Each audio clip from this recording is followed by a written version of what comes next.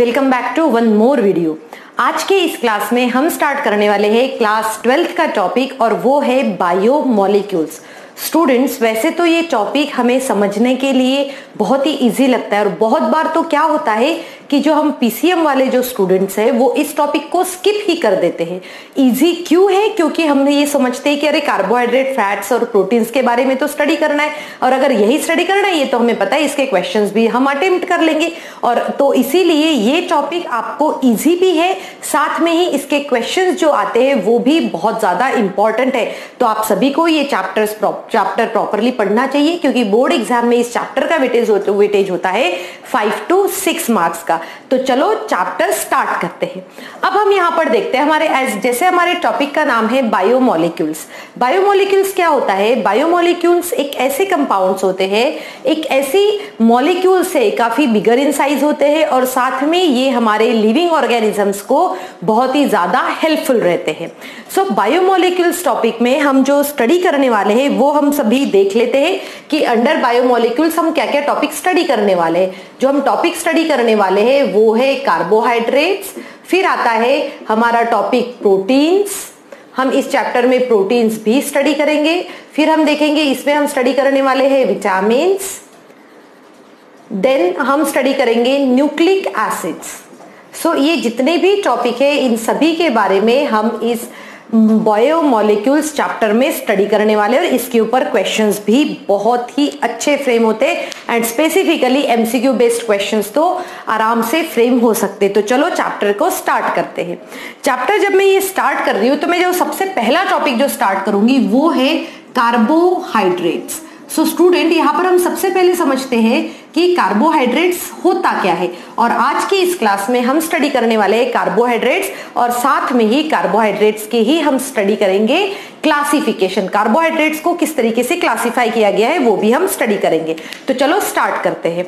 तो अभी हमारा टॉपिक क्या है? कार्बोहाइड्रेट्स। कार्बोहाइड्रेट्स में क्या होता है, जैसे कि इसका नाम है, देखो इस अकॉर्डिंग टू इट्स नेम यहाँ पर दो वर्ड से जुड़ा हुआ है। ये एक है कार्बो और दूसरा है हाइड्रेट। इट मीन्स ऐसे मॉलिक्यूल्स जो क्या है, कार्बन के हाइड्राइड्स है, हाइड्राइड्स ऑफ कार्बन, इसे कहा जाता है hydrides of carbon. For example अगर मैं लू CH2O और यहाँ पर आ जाएगा Y। सो ये इन्होंने सबसे पहले जो है फॉर्मूला दिया गया था कार्बोहाइड्रेट्स के लिए कि कार्बोहाइड्रेट्स का ये फॉर्मूला होता है और उस वक्त पे क्या हुआ कि जब ये कार्बोहाइड्रेट्स के फॉर्मूला की बात हो रही थी तो बहुत सारे कंपाउंड्स भी उस वक्त पे थे, तो 1 by 1 इसको रखा गया। जैसे कि अगर मान के चलो आप यहाँ पर 6 रखो, X की जगह 6 रखा और Y की जगह अगर हमने 6 रखा तो ये देखो फॉर्मूला क्या बन गया हमारा, यहाँ पर 6 रखा। इट मीन्स C6H12O6 और C6H12O6 जो है ये फॉर्मूला हम कह सकते हैं ग्लूकोज का भी हो सकता है, अगर इसका स्ट्रक्चर डिफरेंट रहा तो फ्रक्टोज का भी हो सकता है। तो हमने ये कहा कि भाई ये फॉर्मूला उन सब का होता है जो क्या है नेचर में कार्बोहाइड्रेट होते हैं। ये हमारा बहुत ही पुराना कॉन्सेप्ट था। फिर बाद में हमने क्या स्टडी किया कि ये जो फॉर्मूला दिया गया है, ये जो कॉन्सेप्ट दिया गया है, उस कॉन्सेप्ट में जो है थोड़ा सा प्रॉब्लम है। प्रॉब्लम क्या है? ऐसे काफी सारे ऑर्गेनिक मॉलिक्यूल्स है, वो ऑर्गेनिक मॉलिक्यूल्स जो इस फॉर्मूला में तो कुछ तो फिट हो जाते हैं और कुछ जो है वो बिल्कुल फिट नहीं होती। कैसे? चलो मैं बताती हूँ। जैसे अगर मान के चलो इसमें आप अगर 1 वैल्यू रखते हो तो ये कैसे हो जाएगा, देखो यहाँ पर आप 1 वैल्यू रखो तो ये C1 रहेगा और ये बन जाएगा H2O। और स्टूडेंट ये किसका फॉर्मूला है? ये एक अल्डिहाइड का फॉर्मूला है। जब आप इसको रीअरेंज करोगे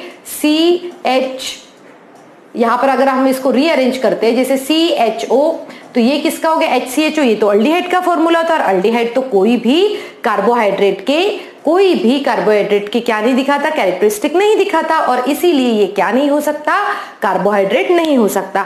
सिमिलरली हमारे पास में कुछ ऐसे कार्बोहाइड्रेट है जो कि क्या है, कार्बोहाइड्रेट तो है बस इस फॉर्मूला में अच्छे से नहीं आते हैं। जैसे अगर मैं देखूं यहाँ पर तो हम ले सकते हैं डीऑक्सीराइबोस का, डीऑक्सीराइबोस। ये डीऑक्सीराइबोस जो है ये क्या है, एक कार्बोहाइड्रेट है जिसका फॉर्मूला अभी हम देखेंगे कि ये है कार्बोहाइड्रेट। ये आपको पूरी प्रॉपर्टी दिखाता है, किसकी? कार्बोहाइड्रेट की प्रॉपर्टी दिखाता है, पर ये क्या नहीं करता, ये आपको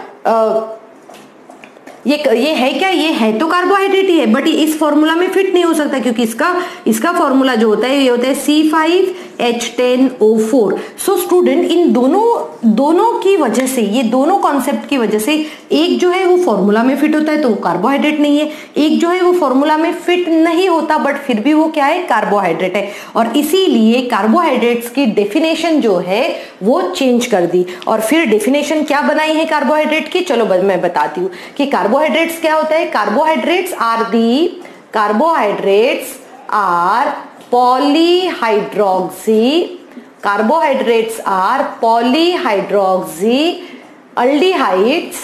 पॉलीहाइड्रोक्सी अल्डिहाइड्स। इसको मिटा देते हैं, आई होप आप सभी ने नोट डाउन कर लिया है। पॉलीहाइड्रोक्सी अल्डिहाइड और पॉलीहाइड्रोक्सी कीटोन, इसको हम क्या कह सकते हैं, पॉलीहाइड्रोक्सी अल्डिहाइड और polyhydroxy ketones which have at least one chiral carbon, जिसके पास में एक तो कायरल कार्बन होना चाहिए। ये बना दी है इसकी डेफिनेशन कार्बोहाइड्रेट की। तो अभी हम सबसे पहले डेफिनेशन को प्रॉपरली समझ लेते हैं कि क्या है ये डेफिनेशन क्या कह रही है कि carbohydrates are the polyhydroxy means क्या, उसके पास ज्यादा OH है बट वो होगा क्या, अल्डिहाइड होगा या तो फिर पॉलीहाइड्रोक्सी कीटोन्स होंगे। और वो क्या करते हैं, उन सभी में कोई एक तो कार्बन ऐसा होगा जो कि कायरल इन नेचर होता है। कायरल मींस क्या हुआ स्टूडेंट, आपको पता होना चाहिए, हमने हैलोएल्केन्स हैलोएरिन्स चैप्टर पढ़ चुके हैं। सो कायरल मींस क्या होता है कि अगर कोई, जैसे हमें पता है कि कार्बन की 4 वैलेंसीज है, अगर कार्बन की चारों वैलेंसीज 4 डिफरेंट ग्रुप ने, अगर 4 डिफरेंट ग्रुप्स से अटैच्ड थे या एटम से अटैच्ड है तो उसे कहा जाता है कायरल। ये हम हैलोएल्केन्स और हैलोएरिन्स में स्टडी कर चुके हैं। ओके, सो अभी हम यहाँ पर हमने डेफिनेशंस देखी। चलो अब हम देखते हैं कि कार्बोहाइड्रेट्स जो है उन सबको किस तरीके से क्लासिफाई किया जाता है। आई होप आपको इसकी डेफिनेशन जो है वो अच्छे से समझ में आ गई होगी। आप अपने अपने कॉपी में इसको नोट डाउन करके भी रख सकते हैं। तो चलो अभी हम देखते हैं how carbohydrates are classified. So carbohydrates जो है इनको क्लासिफाई किया गया है on the basis of 3 factors. देखो 3 फैक्टर्स पे जो है इसको क्लासिफाई किया गया है। कौन कौन से 3 फैक्टर्स है वो मैं आपको बताती हूँ। तो देखो सबसे पहला फैक्टर जो है जिसके बेसिस पे कार्बोहाइड्रेट को क्लासिफाई किया गया है वो है बेस्ड ऑन हाइड्रोलिसिस।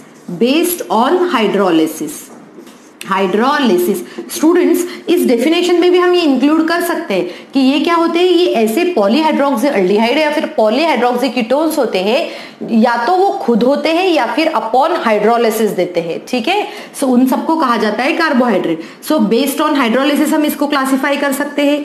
सेकेंड जो है वो है बेस्ड ऑन टेस्ट। किसके बेसिस पे, बेस्ड ऑन टेस्ट। और नेक्स्ट जो है बेस्ड ऑन रिड्यूसिंग नेचर। तो चलो अभी हम 1 बाय 1 स्टडी करेंगे कि ये किस तरीके से वर्क करता है।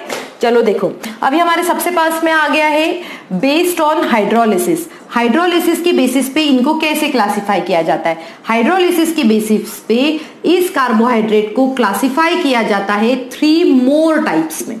कितने टाइप्स में हम क्लासिफाई कर रहे हैं, 3 मोर टाइप्स में। और वो 3 मोर टाइप्स कौन कौन से, फर्स्ट जो है वो है मोनोसैकेराइड्स। क्या कहते हैं हम उसको, मोनोसैकेराइड्स कहते हैं, मोनोसैकेराइड्स। सेकेंड जो होता है वो होता है ओलिगोसैकेराइड्स। क्या होता है वो, ओलिगोसैकेराइड्स। और थर्ड जो है वो उसे कहा जाता है पॉलीसैकेराइड्स। क्या कहते हैं हम इसको, पॉलीसैकेराइड्स। सो चलो अभी 1 बाय 1 हम स्टडी करते हैं।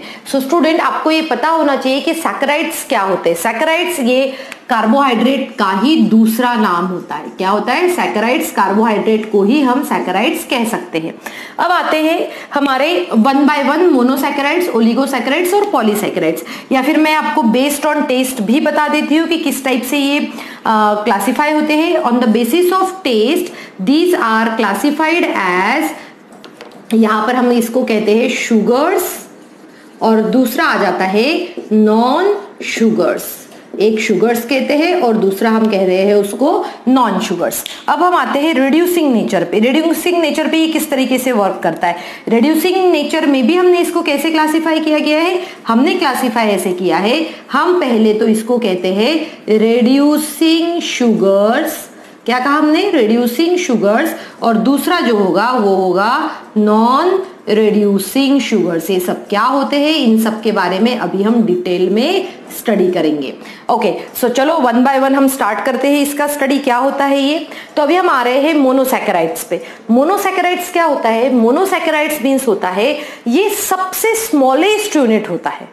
ठीक है, याद रहेगा कि कार्बोहाइड्रेट का सबसे स्मॉलेस्ट जो यूनिट होता है जिसको हम फर्दर डिवाइड नहीं कर सकते, जिसको हम फर्दर हाइड्रोलाइज्ड नहीं कर सकते, तो हम यहां पर लिख सकते हैं कि मोनोसैकेराइड्स क्या होते हैं, मोनोसैकेराइड्स होते हैं विच कैनॉट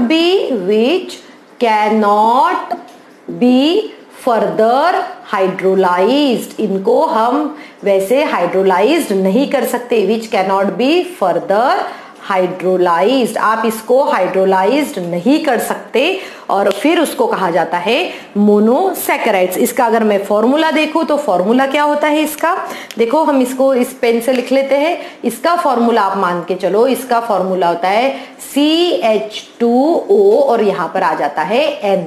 CH2O जो होता है इसमें N लिखा जाता है और जो N का नंबर है, जो N का नंबर वो मैक्सिमम कह सकते हैं हम 3 to 7 तक होता है। फॉर एग्जाम्पल ग्लूकोज, ग्लूकोज क्या है, मोनोसैकेराइड है। हम यहाँ पर एग्जाम्पल भी लिख लेते हैं इसका, ग्लूकोज, फ्रक्टोज, ये सभी क्या हुए, मोनोसैकेराइड्स। मोनोसैकेराइड्स मींस क्या हुआ कि जिनको हम फर्दर हाइड्रोलाइज नहीं कर सकते। ऐसा नहीं हो सकता कि आपने ग्लूकोज को हाइड्रोलाइज किया तो उसमें से कुछ और कार्बोहाइड्रेट निकल आया, ऐसा नहीं हो सकता है।